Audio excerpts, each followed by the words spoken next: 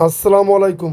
পোশাক খাতে স্বস্তি না সংকট, বিস্তারিত জানতে সম্পূর্ণ ভিডিওটি মনোযোগ সহকারে দেখুন, কেননা এটি গার্মেন্টস শ্রমিক ভাই ও বোনদের জন্য খুব গুরুত্বপূর্ণ নিউজ হতে যাচ্ছে। কেননা এখন প্রতিটি গার্মেন্টসে কাজের সংকট। আপনারা বিস্তারিত জানার আগে অবশ্যই আমাদের চ্যানেলটি সাবস্ক্রাইব করে পাশে থাকা বেল বাটনটি অন করে রাখবেন গার্মেন্টসের সকল নিউজ সবার আগে পেতে। যুক্তরাষ্ট্রে বাংলাদেশি পোশাক পণ্যের শুল্ক হার 36.5% উন্নীত হওয়ায় নতুন করে চাপে পড়েছে দেশের রপ্তানি খাত। আগের 16.5% শুল্কের সঙ্গে যুক্ত হয়েছে 20% পাল্টা শুল্ক, যা রপ্তানিকারকদের জন্য বড় ধরনের আর্থিক চাপ সৃষ্টি করেছে। এতে করে রপ্তানিকারকদের লাভের সীমিত মার্জিন আরও সংকুচিত হয়ে পড়েছে। অনেক ক্রেতা প্রতিষ্ঠান এই বাড়তি শুল্কের একটি অংশ বাংলাদেশি রপ্তানিকারকদের কাঁধে চাপিয়ে দিতে চাইছে। কেউ কেউ আবার পণ্যের দর কমানোরও দাবি তুলেছে। তবে সংকটের মধ্যে আশার আলো দেখছেন উদ্যোক্তারা।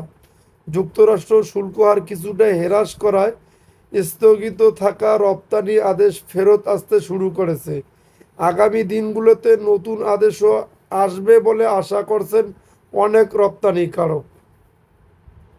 শিল্প উদ্যোক্তারা বলছেন, যুক্তরাষ্ট্রের বায়াররা নতুন শুল্কের আংশিক চাপ রপ্তানিকারকদের কাঁধে দিতে চাইছে। অনেকে আবার পণ্যের দরও কমাতে বলেছে। হামিম গ্রুপের চেয়ারম্যান এ কে আজাদ বলেন, বায়াররা বাড়তি শুল্কের কিছুটা ভাগ নিতে বলেছে। কেউ কেউ দাম কমানোর প্রস্তাব দিচ্ছে। লাভ এখন মাত্র 3 থেকে 4% নেমে এসেছে। গার্মেন্টস খাতের আরেকটি গ্রুপের এমডি বলেন, বায়াররা অনুরোধ করেছে যেন আমরা অন্তত 5% শুল্ক বহন করি। দীর্ঘমেয়াদী সম্পর্কের কারণে অনেকেই বাধ্য হয়ে রাজি হচ্ছেন। শার্টের শুল্ক 39.5%, পণ্য অনুযায়ী বাড়তি বোঝা।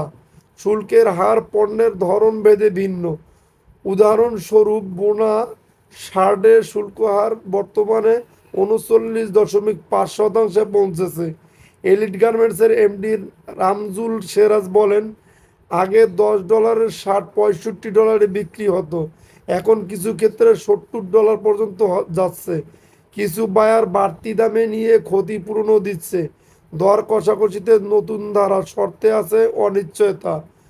বিজিএমইএর সভাপতি মাহমুদ হাসান খান বাবু বলেন, বায়াররা যোগাযোগ শুরু করেছে এবং অনেক স্থগিত অর্ডার ফিরে আসছে। তবে সব শর্ত এখনও পরিষ্কার নয়, কিছুটা ঝুঁকি রয়েছে।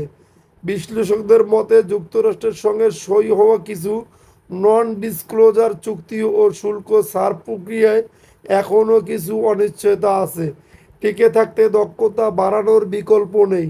চাপ সামলাতে হলে উৎপাদনশীলতা, বন্দরের দক্ষতা ও লজিস্টিক সাপোর্ট বাড়ানো জরুরি বলে মনে করেছেন সংশ্লিষ্টরা। বিজিএমের সভাপতি বলেন, কাস্টমসকে শিল্পবান্ধব করতে হবে, চট্টগ্রাম বন্দরে গতি আনতে হবে, বিদ্যুৎ ও গ্যাসের সরবরাহ নিশ্চিত ও করতে হবে। স্থগিত আদেশে গতি ফিরেছে বায়ারদের আস্থা। শুল্ক কাঠামোর শিথিলতা আসার পরে কয়েকটি মার্কিন আমদানিকারক প্রতিষ্ঠান পূর্বে স্থগিত করা অর্ডার আবার চালু করেছে। কেউ কেউ উৎপাদনও শুরু করেছে। স্প্যারো গ্রুপের এমডি শোভন ইসলাম বলেন, 3 লাখ পিসের অর্ডার, যার মূল্য প্রায় 50 কোটি টাকা, ফের চালু করার অনুরোধ এসেছে। লিয়াং ফ্যাশন লিমিটেড জানায়, শুল্ক হ্রাসের ঘোষণা আসতেই এক মার্কিন বায়ার 76-76 হাজার পিসের অর্ডার পুনরায় চালু করতে বলেছে। সোনোটেক্স গ্রুপের এমডি এস এম খালেদ বলেন, আমাদের একটি বড় অর্ডার হোল্ডে ছিল, শুল্ক কমায় সেটি ফিরে আসার আশা করছি। আমেরিকান তুলনায় বাড়তে পারে রপ্তানি ছাড়।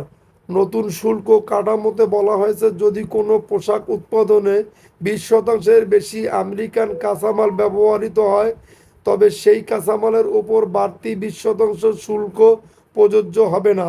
যেহেতু বাংলাদেশের প্রায় 75% পোশাক তুলো থেকে তৈরি, তাই আমেরিকান তুলা আমদানির হার বাড়ালে এটি রপ্তানিকারকদের জন্য সহায়ক হবে। বাংলাদেশ টেক্সটাইল মিলস অ্যাসোসিয়েশন বিডিএমএ জানিয়েছে, বর্তমানে বাজারে 400 কোটি ডলারের তুলা প্রয়োজন হয়, যার মধ্যে 30 কোটি ডলারের তুলা আমদানি হয় যুক্তরাষ্ট্র থেকে। এই আমদানি $1 বিলিয়ন উন্নীত করার পরিকল্পনা রয়েছে। ভ্যালুয়েশন শর্তের সংখ্যা, মূল্য সংযোজন ও অন্য শর্তে রয়েছে অনিশ্চয়তা। তবে শুল্ক হারের জন্য 40% মূল্য সংযোজন ভ্যালু এডিশন সংক্রান্ত শর্ত রয়েছে কিনা তা নিয়ে অনিশ্চয়তা তৈরি হয়েছে। এসকেসি এফআরএস এমডি রাকিবুল আলম চৌধুরী বলেন, সব পণ্যের 40% ভ্যালু এডিশন সম্ভব নয়। এই শর্ত থাকলে আমরা চাপে পড়ব। চ্যালেঞ্জের মধ্যেও সম্ভাবনা। বর্তমানে যুক্তরাষ্ট্র পোশাক রপ্তানি বাংলাদেশের অন্যতম প্রধান বাজার, যেখানে প্রতি বছর প্রায় $840 কোটি পণ্য রপ্তানি হয়। এর মধ্যে $700 কোটি পোশাক পণ্য। চলমান শুল্ক সংকট এবং বায়ারদের নতুন করে দর কষাকষির প্রেক্ষাপটে এখন সবচেয়ে বড় চ্যালেঞ্জ হলো দাম না কমিয়ে টিকে থাকা, মার্কিন বাজারে প্রতিযোগিতামূলক অবস্থান ধরে রাখা এবং দীর্ঘমেয়াদী সম্পর্ক সংহত করা।